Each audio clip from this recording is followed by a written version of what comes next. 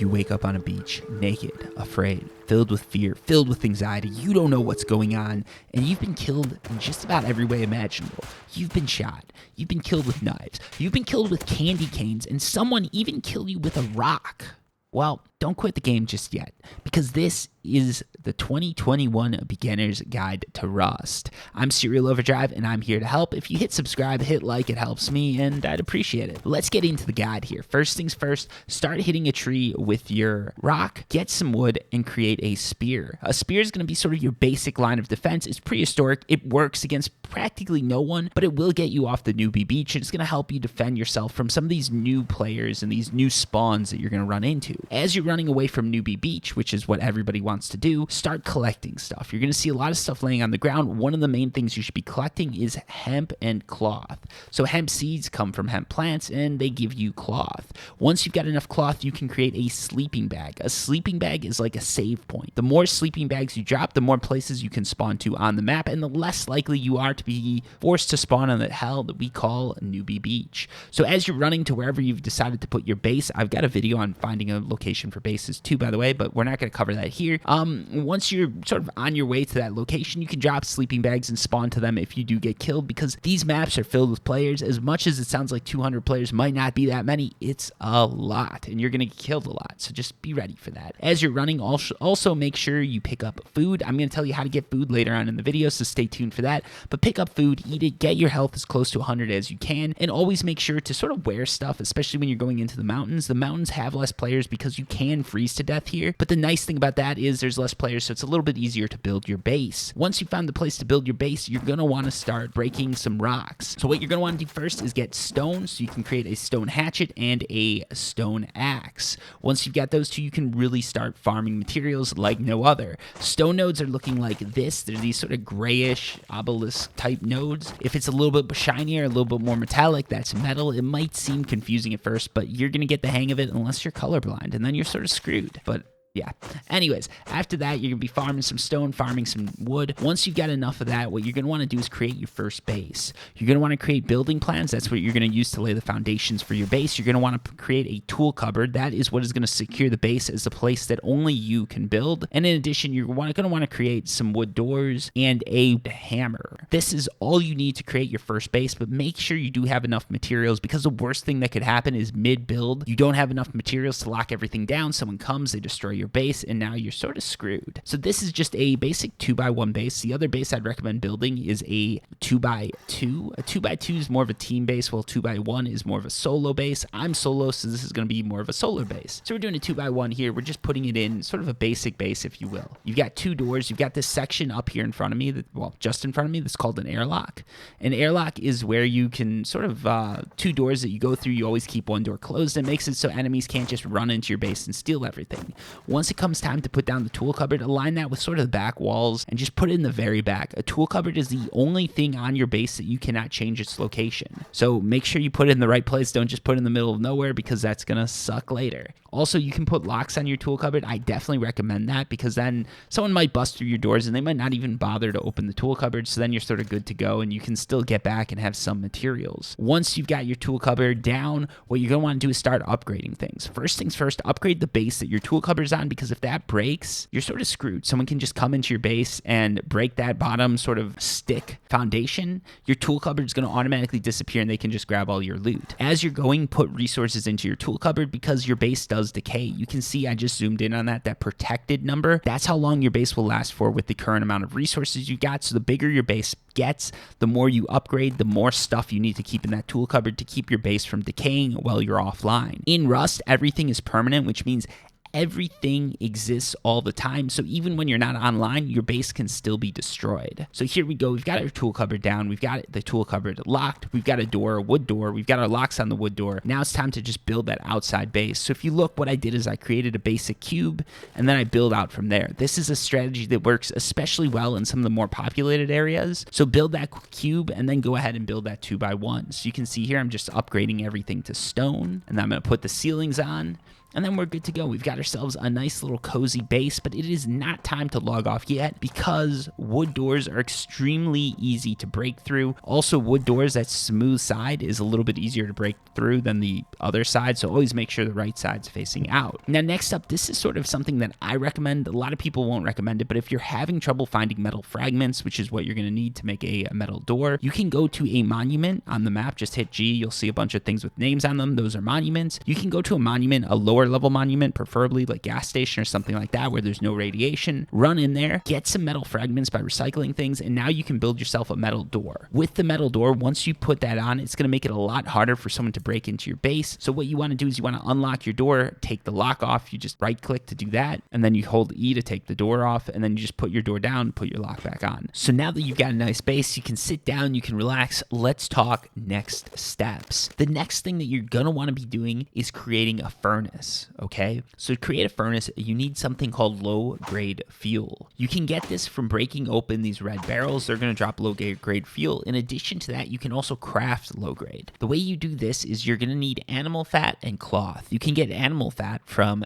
guess what? Animals. It sort of makes sense. So basically what you do is you kill an animal, you beat the animal with a rock, or better yet, if you've got a bone knife, you can use a bone knife to get bigger amounts of animal fat and stuff like that off of the animals. So basically you hit that animal with a rock, a knife, whatever it is, you get your animal fat. And by the way, you can get it from horses too. You don't get that much from horses, so it's definitely not worth it. Another sort of sneaky way to get a little bit of animal fat if you want to is to get humans and harvest them.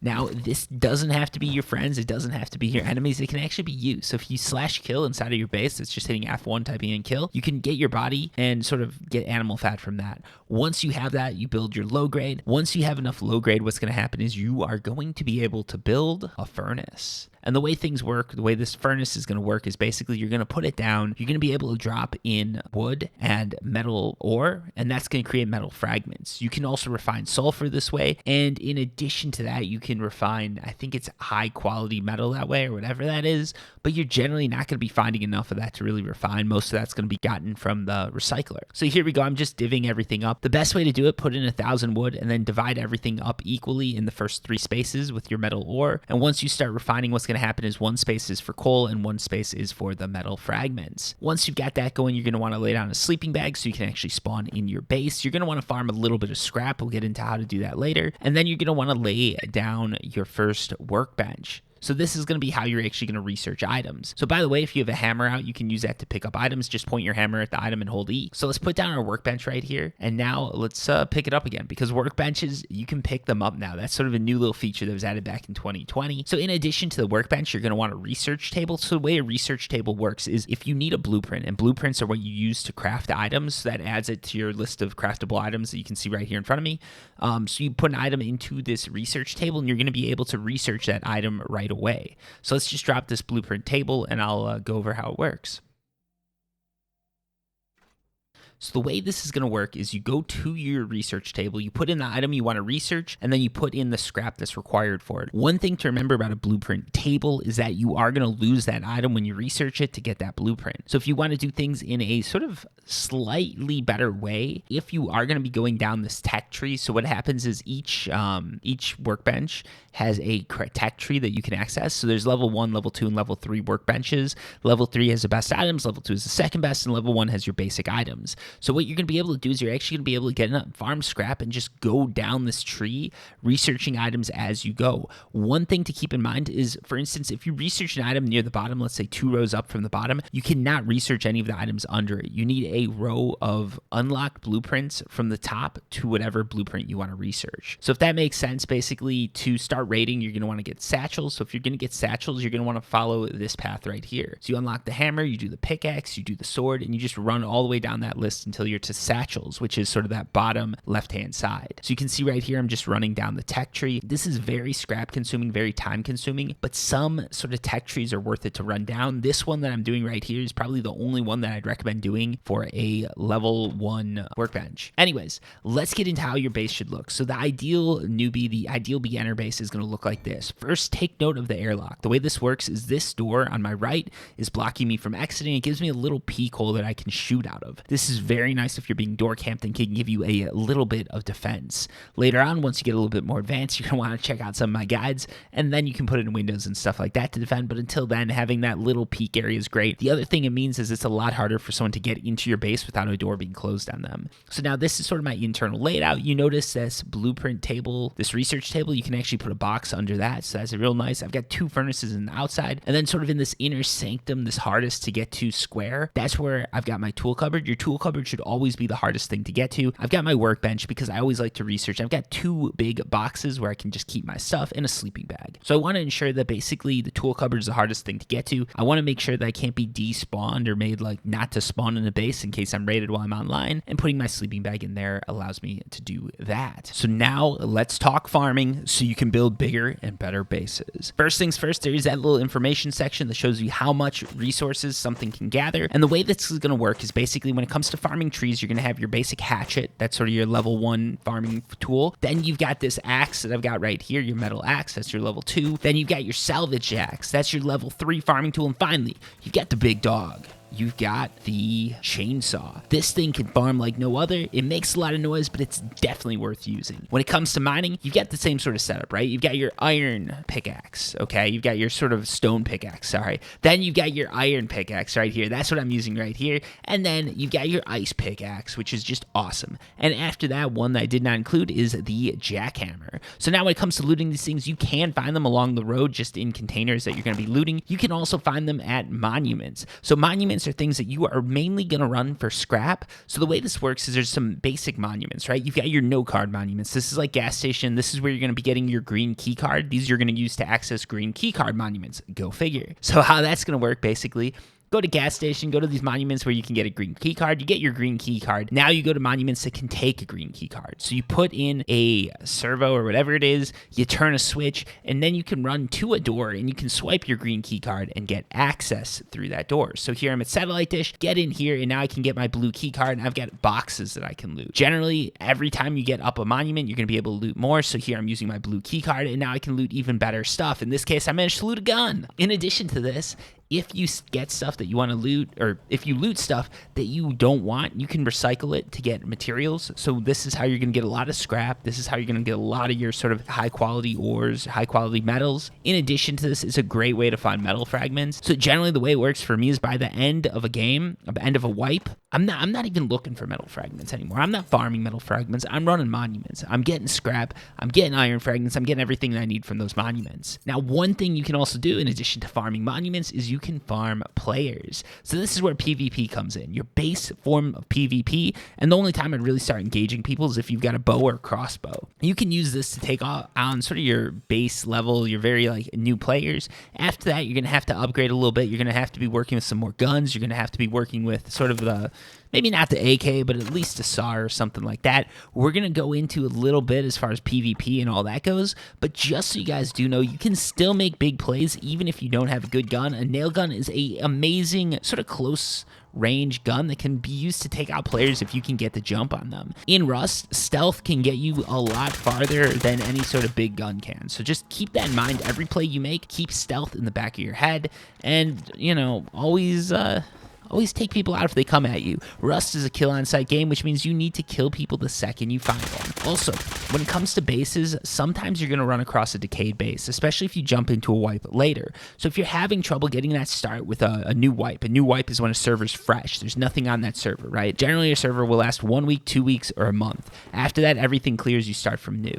So if you're jumping onto a monthly server halfway through, you're going to find a lot of bases like this that are decaying. This is a great way to get some early game resources without even really playing the game. So generally, sometimes you can even just build a base around these like decaying bases, get a ton of resources, get some guns, stuff like that, and then you can go out and use those to PvP in just a normal Rust server. So this is a great way to get some sort of beginning game experience. Also, a lot of the better players are going to have moved on from the server by the time you're coming in and looting these sort of decaying bases. So it's a little bit of a tip right there if you're looking to just get a little bit better and not worry about it. Now let's just come up with some general tips I didn't really have anywhere to fit, but I want to give you guys anyways. So first up, horses you can find throughout the map. If you're having trouble finding a horse, you can actually go and purchase a horse for 75 scrap. The way you're going to do this is you're going to go over to a horse barn, and go figure again, in a horse barn, you can miraculously purchase a horse.